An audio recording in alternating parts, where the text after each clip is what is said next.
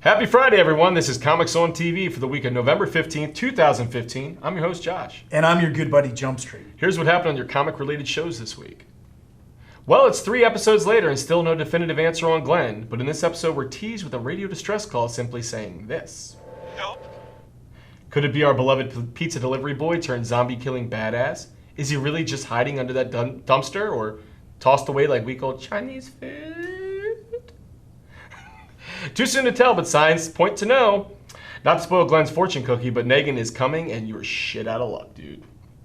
In an ever-so-sweet moment, Abraham confronts Sasha, calling her out and saying she has the hots for good old Big Red. I mean, who wouldn't like this guy? He's a super badass who, much like Cal Naughton Jr., likes to party. And he's equipped with high-powered pickup lines like this. We got beer and air conditioning. Boom! Who could resist that? In the zombie apocalypse, that's the equivalent of us saying, I'm a 3-legged billionaire who tucks my 3rd leg in my sock. Let's see how she responds. What makes you think I want that? 'Cause who wouldn't? He better set her straight. A man can tell. You tell her, Abraham. I mean, you could have been less chauvinistic about it, but no worries. Good luck, bro. All of you ladies out there waiting on your dose of the D got your wish this week. That D, of course, is Daryl. If any of you out there have fantasized about tying Mr. Dixon up, wonder no more what that looks like. Because in this episode, he's hilariously captured by 3 inept refugees. One of them being Dwight. Now, Dwight, for those of you who don't read the comics, is the real crossbow-wielding guy, since Double D don't exist in the books. It should be interesting since Dwight mentions in this episode that he knows how to use the crossbow. If they're following the books, then a major character has just been introduced, much to Abraham's chagrin, since he needs this like a hole in the head. With only a couple episodes left until the mid-season finale, things are really heating up. And since we're talking about Archers, let's see what Arrow is up to. Hey, this week on Arrow. Hive, really? Stealing money to burn? What is this? The Dark Knight? I guess it does all tie together somehow. Diggle gets the fighting family love when Team Arrow goes after his brother, who is under a dark influence. Andy's under Dark's influence and we need to get him out. Oops, wrong brother. This brother. Feel it, feel it. Laurel Lance has a stellar fight scene this episode, along with the rest of Team Ariel. Team Arrow. Choreography's on point though, just admire it. Sorry there were no clips. It's Merida. That was brave of you, Dark. Also, the Green Brother. That's not racist or prejudiced at all. This was a great episode. Looking forward to the crossover with The Flash that's coming up. Check it out. Dude, a Flash crossover? Yeah. That's awesome. What did happen on The Flash this week? Well, since you asked. Barry's dad returns because he's zoomed. Okay, now it's all my 2 dads up in this episode of The Flash. Line of the night goes to Cisco about one telepathic grape ape is more than enough for this city. That means the return of Grodd, smarter, and now he has more developed emotions. Not a great thing. Caitlin Snow has a ton of faith in Harry Wells, and Harry Wells knows microtech. The Flash Ring makes an appearance. Get one. Damn it, JWS. Another hard shot right in the feels. No more monsters? Hear that, Lady Gaga? Hey, we get treated to an image of Grodd over Gorilla City on Earth 2 at the end of this episode. That ain't no joke. And also, Hawk Girl on the next crossover episode with Arrow. Can't wait for that. Grodd, huh? Yeah, dude. It's pretty badass. Well, let's follow suit and put our own big ape on the screen. Here's Big Rick to tell us about Agents of S.H.I.E.L.D. Okay, so maybe Roz isn't Hydra. This week on Agents of S.H.I.E.L.D., we discover that the ATCU, the super spy organization that Roz works for, isn't what it seems to be, and she didn't even have a clue. How can this be? I mean, isn't she in charge? Well, we never can tell what is and what isn't on this show with all the subterfuge going on. But it does seem that the ATCU has been manipulated by the guys over at Hydra, who, we learn, one of the heads of Hydra at this time is this guy named Gideon, played by Powers Booth, who educates us, all, on some serious Hydra history.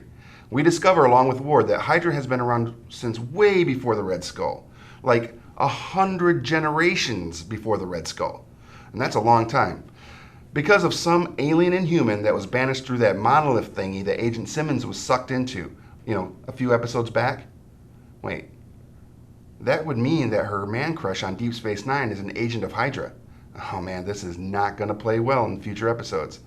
especially if the mysterious alien on that distant planet is that bad Inhuman Hydra that wants to get back, the bad Inhuman. Wait, doesn't Simmons love that guy on Deep Space Nine? Ugh, gross. Looks like Simmons was just trying to maintain her hydration. Dude, get it? Hydration? What? Huh? Oh, What- yeah, it's what- funny, dude. What are you daydreaming about? Nothing. Okay, Supergirl. God. Just tell the people about her. On Supergirl this week, we're given a super treat in the form of a new villain, Livewire. Like Harley Quinn, Livewire first appeared in the DC animated universe, then found her way into the comics, and now is a live-action baddie who I hope makes more appearances. Because let's face it, she's hot. Really hot. But this Thanksgiving episode wasn't all pillow fights and static electricity shocks. It opened some doors to the Danvers family backstory. We find out that Daddy Danvers, played by Dean Cain, aka Superman from the Adventures of Lois and Clark, has gone to work for the DEO, the same organization that his daughters are working for. Mama Danvers, played by Helen Slater, who we all know played Supergirl back in the 80s and then played Laura L., aka Superman's mom, in Smallville, tells her daughters Kara and Alex that their dad died while working with the DEO. Uh-oh, secrets abound. But the one thing that bothered me the most in this episode, and I can't seem to shake it from my head, is the flashback scene where Mom and Pa Danvers kissed. All I could see was Supergirl kissing Superman, and I was like, ew, gross. Mop it up. Supergirl isn't the only female lead show. Let's shoot back over to Big Rick and see what's happening on iZombie. A Gambit-like character makes their appearance on iZombie as a card-throwing killer is on the loose. Wait a second. Didn't they just have a card-tossing twit on Arrow recently? I think they did. This episode, we have Liv taking on the persona of a death-obsessed magician who is found murdered in his hotel room. With a name like Sid Wicked, you would think he was a lead singer to some death metal band, and he may have been at one time. Who knows? Who cares? Watching Liv unravel this episode with her deductive wizard mind and sleight of hand tricks was fun, but it was even more fun to watch Ravi geek out over the whole world of magic. It seems that he may have wanted to be a Harry Potter type guy at one time in his life. But we see that Ravi can only handle so much of his British upbringing, and that his girlfriend Steph takes it a bit too far this episode, and Ravi has to say goodbye. And with that, Ravi unsummons his crazy girlfriend, Hocus Pocus style. Speaking of magic, it would seem that the magic is however lost between Ravi and Peyton. But Peyton and Blaine, now there seems to be a spark coming from those two. Gross. Does it worry anyone else how appetizing they're making brains look on that show? Now, I'm not saying I'm going to start eating people. I'm just simply saying I'm no longer opposed. Yeah. Why don't you just tell us what's going on Gotham, Killer? Oh, sorry. Riddle me this. What's black and white and can't get its ass out of bed? You guessed it, the Penguin. Edward Nygma has a new pet and is nursing him back to health. Rest up, my feathered friend. We have a big night ahead of us. Seems as though Ed has completely given into his murderous side and wants Oswald's guidance. Unfortunately for Nygma, Oswald is wallowing his own self-pity and just wants to leave Gotham. Not wanting to take no for an answer, Nygma brings in Galavan's lackey, Mr. Leonard, for him to take his frustrations out on. Seriously, how thoughtful is Ed? I mean, first picnic, lunch, burials, now after dinner, tag team homicide. I love this guy! And I'm willing to bet that our female viewers find him more attractive now that he's a raging psychopath. Of course, these are probably the same ones writing Charles Manson notes in prison, but hey, they still count. Nice job, Ed.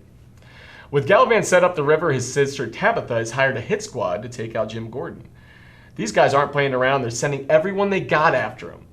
Even a guy who looks like the dad from Family Ties, dressed as the bum version of Where's Waldo. He doesn't really work out, though. But they do send more, including the cannibalistic Nacho Libre. Jim almost serves him up a bullet for his last meal, but in typical Jim fashion, he lets him live. I looked like a fool last night. I mean, what could go wrong? Galavan has his own plan to deal with Gordon and has called in the brothers. Well, not those brothers, but these brothers. Welcome, brothers. This looks bad. I hope Jim's caught up on his Krav Maga lessons. And elsewhere in this episode, Alfred continues to outsmart young Bruce, foiling his every attempt to sneak out for a rendezvous with Silver. Sorry, old man. You know, you just ruined his booty call and all, but, you know, I guess it's 5-knuckle shuffle for Bruce tonight. Poor Bruce. Why? He's probably all like, yo, Alfred, why you gotta waste my flavor? Damn! Yeah, it's almost the holidays, throw the kid a bone. And on that note, with the holidays rapidly approaching, why not go over to your local comic shop and DiamondSelectToys.com and buy the first wave of Gotham action figures. Yeah, these things look really great, and they're sure to make any Gotham fan happy. I know I already bought mine. Well, that does it for this week. Yeah, make sure you subscribe to our channel and follow us on social media. And as always, remember, not all of us are destined to be superheroes, but that doesn't mean we can't watch them on TV. See you next time.